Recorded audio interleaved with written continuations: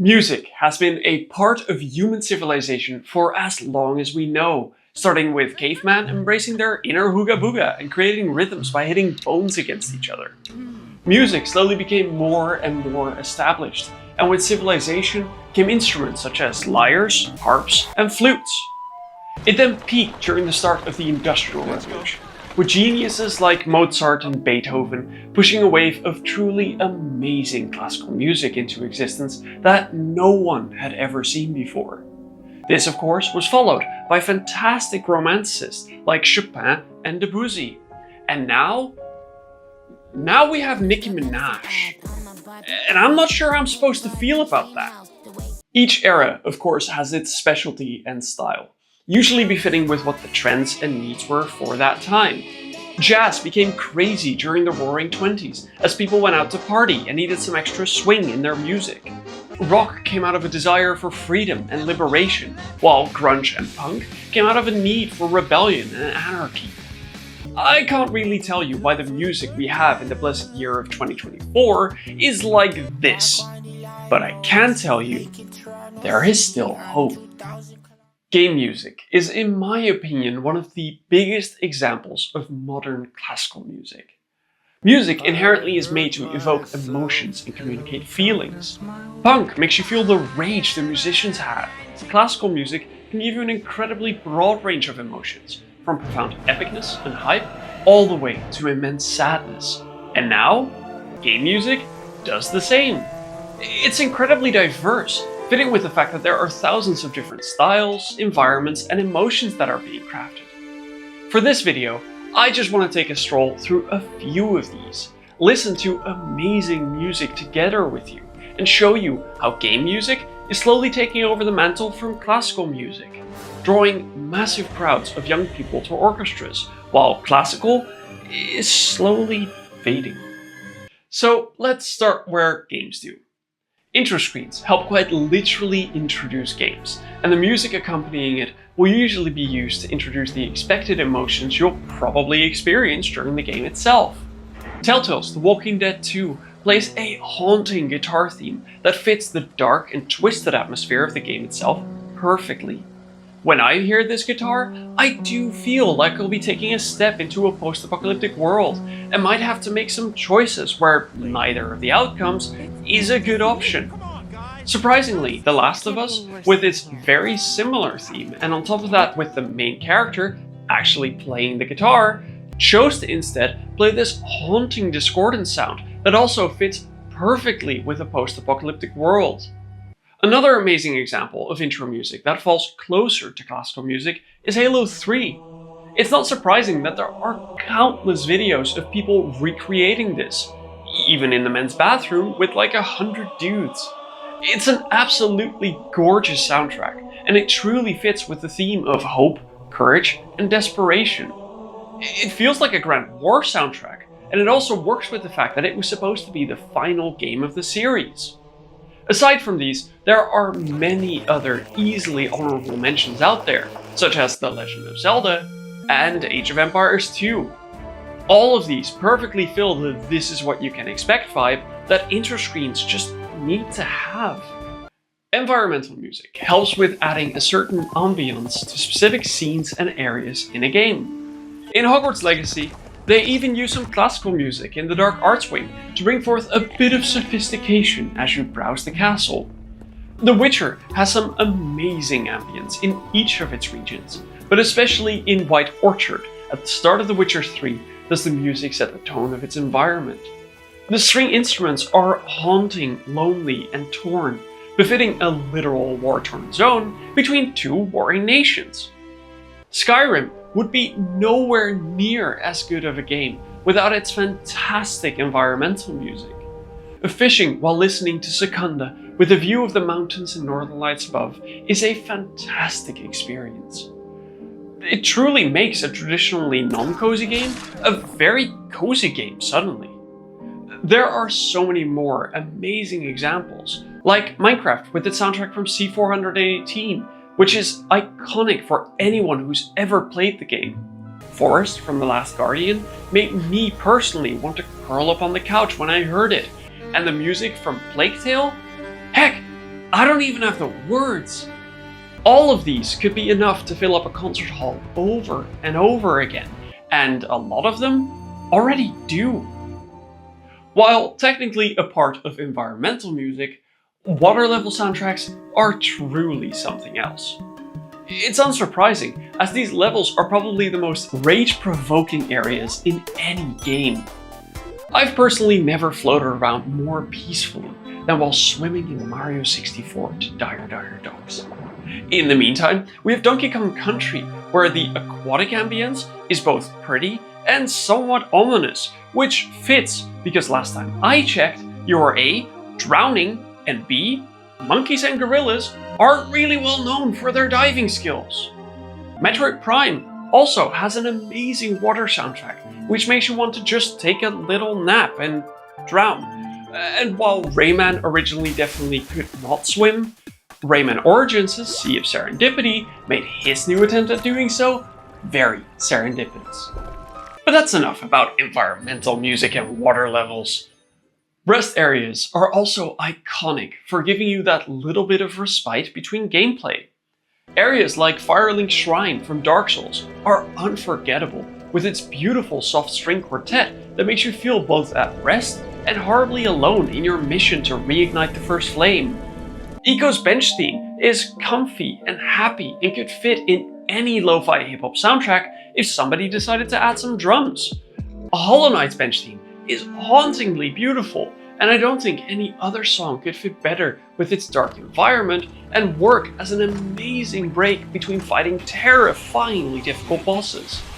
Again, there are too many other amazing examples that fit this part of the game music too well. Resident Evil's Safe Room makes you feel, well, safe. Amnesia's Dark Descent Backhall is perfect for contrasting the scary horror environments to something much brighter. Last of all, Outer Wilds has the most fitting and fantastic campfire soundtrack that gives you some rest from a never-ending cycle of rebirth. Rest areas are perfect examples of places where music is used to give you some reprieve and comfort from the travels that you make across their... What's that music?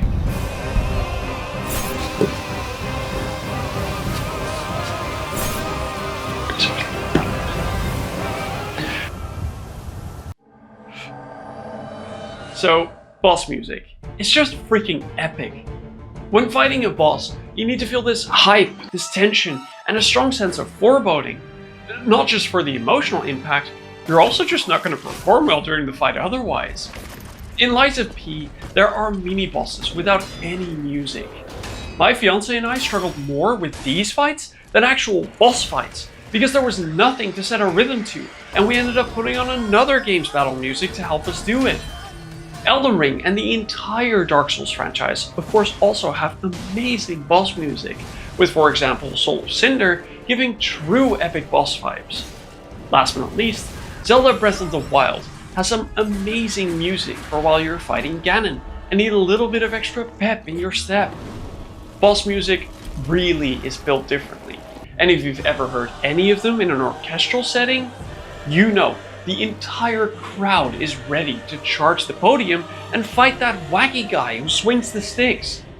I'm not entirely sure what he was thinking of when he chose those as weapons, but you know he's gonna bring out a beating on you.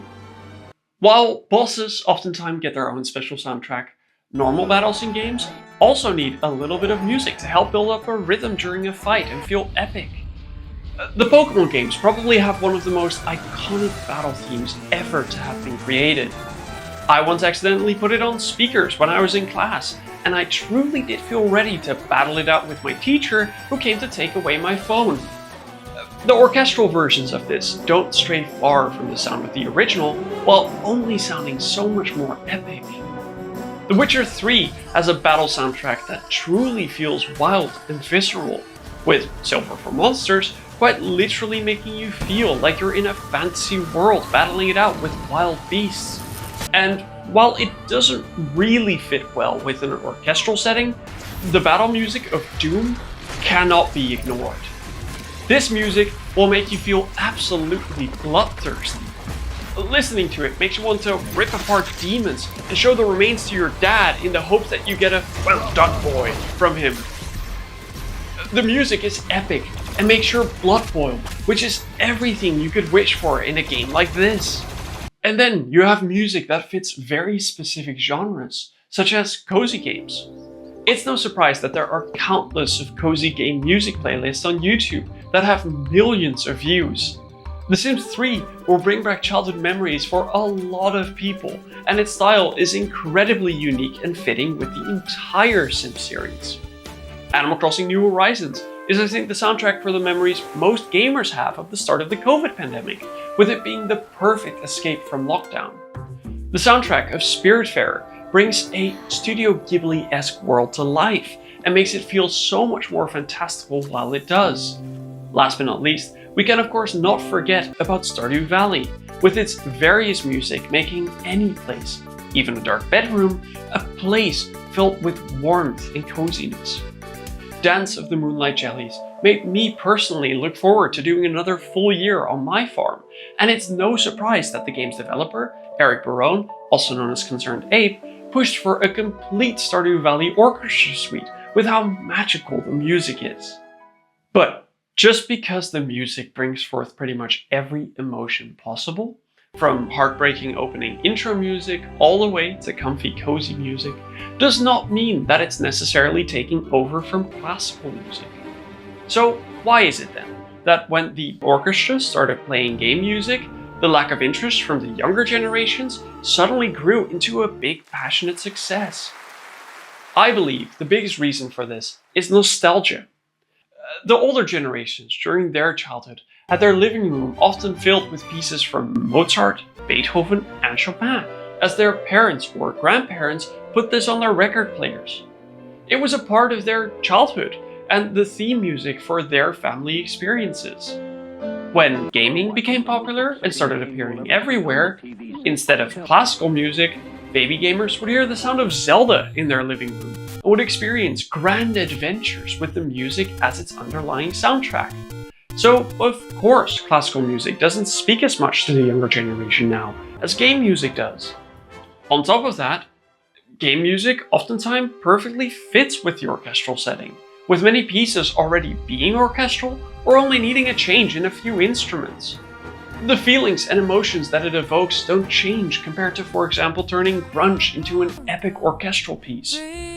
Game music simply is a perfect inheritor for the classical music mantle, at least in orchestras. That doesn't make classical music bad at all. I personally love classical music, and romanticists such as Chopin will always have a place in my heart.